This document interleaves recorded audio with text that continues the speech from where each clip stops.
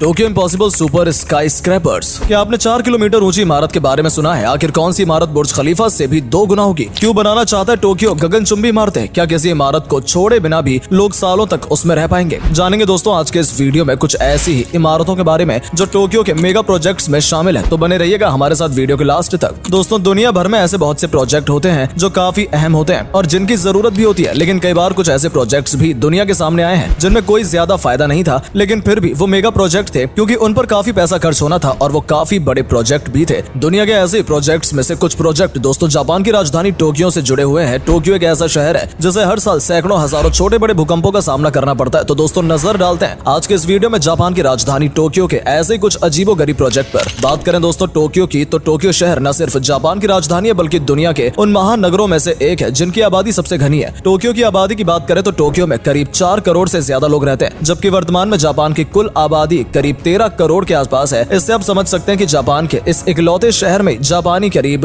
30% आबादी रहती है। बात करें जापान की जियोग्राफी की, तो जापान का करीब 80% से ज्यादा हिस्सा दोस्तों पहाड़ों से घिरा है। इस वजह से जापान का जितना भी शहरीकरण हुआ है वो पहाड़ों की घाटियों और तटों के बीच हुआ है। अब जैसा की बात हो रही है टोक्यो में मौजूद गगनचुंबी इमारतों यानी सुपर स्काई स्क्रैपर्स की, तो इसकी वजह भी यही है। जब दूसरा विश्व युद्ध खत्म हुआ तब जापान ने आर्थिक विकास की रफ्तार पकड़ी थी। क्योंकि जापान का ज्यादातर हिस्सा पहाड़ी है, इसलिए ज्यादा से ज्यादा डेवलपमेंट भी टोक्यो और इसके आसपास की घाटियों में बसे शहरों में हुआ। फिर जैसे जैसे जापान की जनसंख्या बढ़ती गई वैसे वैसे जापान के हजारों लाखों लोग ग्रामीण इलाकों में इन्हीं शहरों में आकर बसने लगे और सबसे ज्यादा बसावट हुई जापान की राजधानी टोक्यो में। जिसके बाद धीरे धीरे इसकी जनसंख्या में इतनी बढ़ोतरी हुई कि लोगों के रहने के लिए और विकास के लिए जगह ही कम पड़ने लगी। तब दोस्तों जापान ने टोक्यो में बढ़ती जनसंख्या को देखते हुए ऊंची ऊंची इमारतें बनाना शुरू किया। आपको जानकर हैरानी होगी कि आज टोक्यो में 150 मीटर से भी ऊंचे 160 से भी ज्यादा सुपर स्काई स्क्रैपर्स हैं। हालांकि ये ऊंची इमारतें टोक्यो की इकोनॉमिक ग्रोथ को भी दिखाती है, लेकिन इन ऊंची इमारतों से जुड़ी कुछ प्रॉब्लम्स का सामना भी टोक्यो को करना पड़ता है। और इनमें से सबसे मेन प्रॉब्लम है टोक्यो में आने वाले अर्थक्वेक्स की।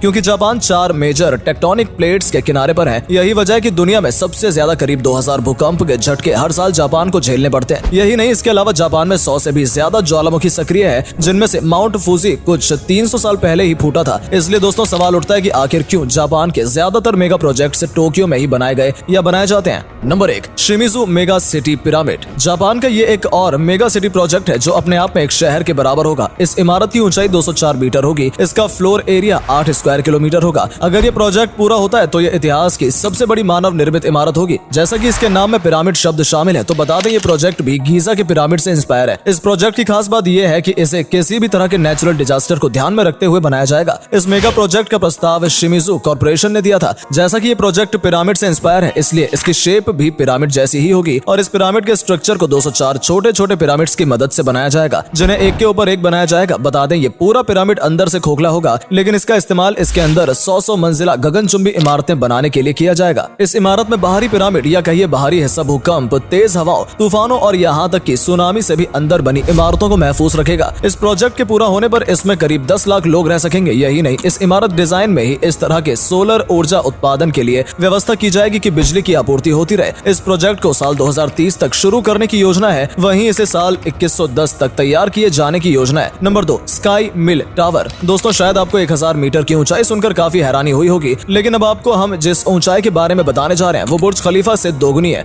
जी हाँ, टोक्यो का एक प्रोजेक्ट है स्काई माइल टावर। इस प्रोजेक्ट की ऊंचाई 1700 मीटर रखी गई है। इस प्रोजेक्ट को नेक्स्ट टोक्यो 2045 प्रोग्राम के तहत तैयार किया जाना है। दिन ब दिन क्लाइमेट चेंज और बढ़ते सी लेवल की समस्या को देखते हुए इस प्रोजेक्ट को बनाया जाएगा। ये प्रोजेक्ट दोस्तों इतना बड़ा है कि इस इमारत के बनने के बाद ये एक छोटे शहर के बराबर होगा। इस प्रोजेक्ट को 2015 में टोक्यो में लोगों की बढ़ती जनसंख्या को देखते हुए शुरू किया गया था। इसके अलावा इस प्रोजेक्ट को भूकंप, सुनामी और तूफानों को ध्यान में रखकर भी तैयार किया जाना है। बता दें इस प्रोजेक्ट में इमारत की ऊंचाई ही शामिल नहीं है, बल्कि इस प्रोजेक्ट में टोक्यो की खाड़ी वाले एरिया में आर्टिफिशियल आइलैंड्स बनाना भी शामिल है। आपको जानकर हैरानी होगी कि इस ऊंची इमारत में 400 से भी ज्यादा फ्लोर होंगे। इसके अलावा इसमें करीब 55,000 रेजिडेंशियल घर होंगे। अब बात करें दोस्तों इस ऊंची इमारत बनने के बाद आने वाली समस्याओं की, तो सबसे पहली समस्या ये थी कि आखिर इतनी ऊंची इमारत के फ्लोर्स पर पानी की सप्लाई कैसे की जाएगी। जब इस बात को एनालाइज किया गया तो पाया गया कि वाटर पंप द्वारा पानी की बिल्डिंग में बॉटम से टॉप तक सप्लाई करना काफी महंगा और इम्प्रैक्टिकल होगा। हालांकि इस टावर में बारिश के पानी को संरक्षित करके उसे साफ करने की व्यवस्था की गई है। वहीं इसके इकोनॉमिकल फायदे की बात करें तो कहा जा रहा है कि इस तरह के टावर टोक्यो में आने वाले कार्गो शिप्स और पैसेंजर शिप्स के लिए बंदरगाह के रूप में भी यूज किए जा सकते हैं। अब दोस्तों बात करें इस योजना के पूरा होने की, तो हालांकि इसे 2045 2045 तक पूरा किए जाने की बात की जा रही है, लेकिन असल में इस इमारत के निर्माण को लेकर कुछ खास निर्माण शुरू नहीं हो पाया है। Number 3, sky city 1000। अब जैसे बात करें टोक्यो के स्काई सिटी 1000 प्रोजेक्ट की, इस प्रोजेक्ट को साल 1989 में तकेनका कॉर्पोरेशन द्वारा अनाउंस किया गया था और इसे 1000 मीटर ऊंचा और इसके बेस पर करीब 400 मीटर चौड़ा बनाया जाना था, जिसमें करीब 196 फ्लोर बनने थे और इसमें करीब 35,000 से 36,000 लोगों के साथ साथ करीब 1 लाख कर्मचारी के रहने की व्यवस्था भी की जानी थी। इस बिल्डिंग में housed offices, commercial facilities, schools और थिएटर से लेकर दूसरे मॉडर्न फैसिलिटीज भी होती। इसी वजह से दोस्तों साल 2023 में इसे डिस्कवरी चैनल द्वारा इसी वजह से इंजीनियरिंग के बेहतरीन नमूना भी बताया गया था। लेकिन दोस्तों इतनी ऊंची इमारत के निर्माण के बाद कुछ खतरों को लेकर भी सवाल खड़े होते रहे हैं, जैसे किसी भी इमरजेंसी के दौरान आखिर लोगों की सुरक्षा का क्या होगा। इसी वजह से फायर हेलीकॉप्टर का डेमो टेस्ट भी किया गया कि अगर बिल्डिंग में आग लग जाएगी तो उसे बुझाने के लिए क्या किया जाएगा। और इसी वजह से दोस्तों triple decker high speed elevators भी प्रपोज किए गए। हालांकि इस प्रोजेक्ट ने दुनिया भर के लोगों का ध्यान अपनी तरफ खींचा था, लेकिन अभी तक इस प्रोजेक्ट को पूरा नहीं किया गया। लेकिन अगर ये प्रोजेक्ट पूरा होता है तो ये बुर्ज खलीफा से भी ऊंची इमारत होगी। नंबर 5, एरोपोलिस 2001। अब दोस्तों बात करते हैं टोक्यो बनने वाले एरोपोलिस 2001 प्रोजेक्ट की। इस प्रोजेक्ट को भी दोस्तों 1989 के दौरान प्रपोज किया गया था, लेकिन ये प्रोजेक्ट भी दशकों बाद भी आज तक अटका हुआ है। इस प्रोजेक्ट में इमारत की ऊंचाई 2000 मीटर रखी जानी है, वहीं इसमें 500 फ्लोर बनने हैं। इसे टोक्यो की खाड़ी में तट से कुछ ही किलोमीटर की दूरी पर लगभग 700 के बेस पर बनाया जाना है। ये बेस एक आर्टिफिशियल आइलैंड के तौर पर होगा। इस इमारत के बनने के बाद इसमें करीब 1,40,000 लोग रह सकेंगे। इस इमारत की ऊंचाई को देखते हुए इसमें हाई स्पीड शटल लिफ्ट्स का इस्तेमाल किया जाएगा, जिनके जरिए लोग 15 मिनट में जमीन से ऊपरी मंजिल तक पहुंच सकेंगे। इस इमारत को पूरा होने में कम से कम 60 साल लगने की उम्मीद है और इसकी कीमत 330 अरब डॉलर होगी। नंबर 6, एक्ससीड 4000। एक्ससीड 4000 इस प्रोजेक्ट के बारे में साल 1995 में सोचा गया था और इसे डिजाइन भी कर लिया गया था, लेकिन दोस्तों ये प्रोजेक्ट अभी तक शुरू नहीं हो पाया है। आपको जानकर हैरानी होगी कि इस प्रोजेक्ट की ऊंचाई 4000 मीटर रखी गई है, यानी जापान के माउंट फूजी ज्वालामुखी से भी ज्यादा ऊंची। अगर ये प्रोजेक्ट पूरा होता तो जापान में सबसे ऊंची जगह होता। आपको बता दें कि इस इमारत में करीब 700 मंजिलें होंगी, वहीं करीब 10 लाख लोग इसमें रह सकेंगे। इस इमारत की खास बात यह है कि अगर ये बनकर तैयार होता है तो इसमें वो सभी सुविधाएं मौजूद होंगी जिसमें रहने वाले लोग सालों तक इसी इमारत में रह सकेंगे। अब जैसा कि ये इमारत इतनी ऊंची होगी,